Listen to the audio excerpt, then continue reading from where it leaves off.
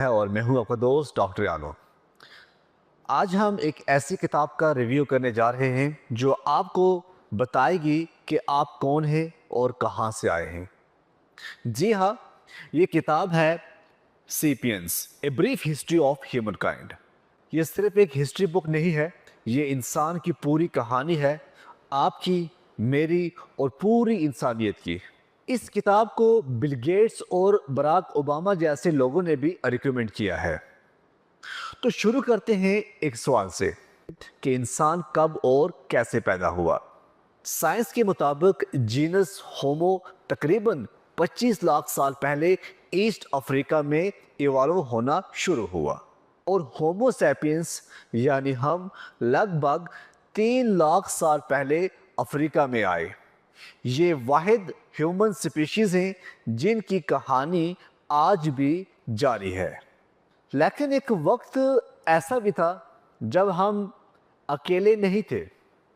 آج سے تقریباً 50,000 سال پہلے زمین پر ایک نہیں بلکہ مختلف قسم کے انسان بستے تھے۔ اس میں سب سے پہلے تھے ہومو ایریکٹس۔ یہ پورے ایشیا کانٹیننٹ میں پھیلے ہوئے تھے۔ زمین پر ان کا آغاز ہوا 20 لاکھ سال پہلے۔ سب سے زیادہ سروائیو زمین پر ہومو ایریکٹس نے کیا۔ یہ وہ پہلے لوگ تھے جنہوں نے آگ بنانی شروع کی اور ہنٹنگ کے لیے ویپنز کو ایجاد کیا۔ اس کے بعد آتے ہیں ہومو فلورینسز۔ یہ انڈونیشیا میں بستے تھے۔ ان کی ہائٹ 1 میٹر لمبی ہوا کرتی تھی اور ویٹ تقریباً 25 کے جی۔ اس کے بعد ہومو لوزینسز جو فلپینس میں لوزن آئی لینڈ میں بستے تھے۔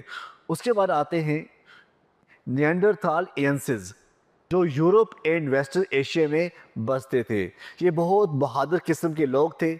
ان کے جو دماغ تھے وہ بڑے لمبے تھے، اور ایک چیز اور امپورٹنٹ کیا تھی کہ یہ کولڈ کلائمیٹ میں بھی سروائیو کر سکتے تھے۔ اس کے بعد آتے ہیں ہومو ڈینیسووا، سائبیریا میں رہتے تھے۔ اس کے بعد آتے ہیں ہومو سیپینس۔ تو دنیا میں کئی قسم کی ہیومن سپیشیز رہتی تھی، مگر آج صرف ہومو سیپینس ہی زندہ ہے۔ سوال یہ ہے کہ ہم کیسے جیت گئے؟ تو جواب چھپا ہے ان 4 ٹرننگ پوائنٹس میں، اور ہم پہلا پوائنٹ بات کریں۔ پہلا پوائنٹ آتا ہے کوگنیٹیو ریولوشن، جو کہ آج سے 70,000 سال پہلے یہ سب سے امپورٹنٹ ٹرننگ پوائنٹ تھا۔ اس دور میں انسان کو ملی ایڈوانسڈ لینگویج، امیجنیشن اور سٹوری ٹیلنگ کی ایبیلٹی، اور سب سے پاورفل چیز امیجنیٹ ریئلٹی، یعنی انسان ان چیزوں پر بھی بلیو کرتا ہے جو فزیکلی ایگزسٹ نہیں کرتے۔ جیسے ہم ریلیجن کی بات کریں، قوم کی بات کریں، لاز کی بات کریں، اسی وجہ سے ہم جو ہومو سیپینس ہیں اجنبی لوگوں کے ساتھ بھی کوپریٹ کر دیتے ہیں، اور یہی ہمیں باقی مخلوق سے الگ بناتا ہے۔ دوسرا آتا ہے ایگریکلچر ریولوشن، جو کہ آج سے 10-12 ہزار سال پہلے انسان نے فارمنگ شروع کی، اینیملز کو ڈومیسٹیکیٹ کیا، اور یہاں سے گاؤں، شہر اور سوسائٹیز کا آغاز ہوا۔ لیکن یہاں ایک سرپرائزنگ بات ہے۔ ہراری کہتے ہیں کہ ایگریکلچر ریولوشن ہسٹری کا سب سے بڑا فراڈ تھا۔ کیونکہ زیادہ محنت، کم بہتر ڈائٹ، ڈیزیز اور انیکوالٹی، یعنی زندگی آسان نہیں ہوئی، بس مختلف ہو گئی۔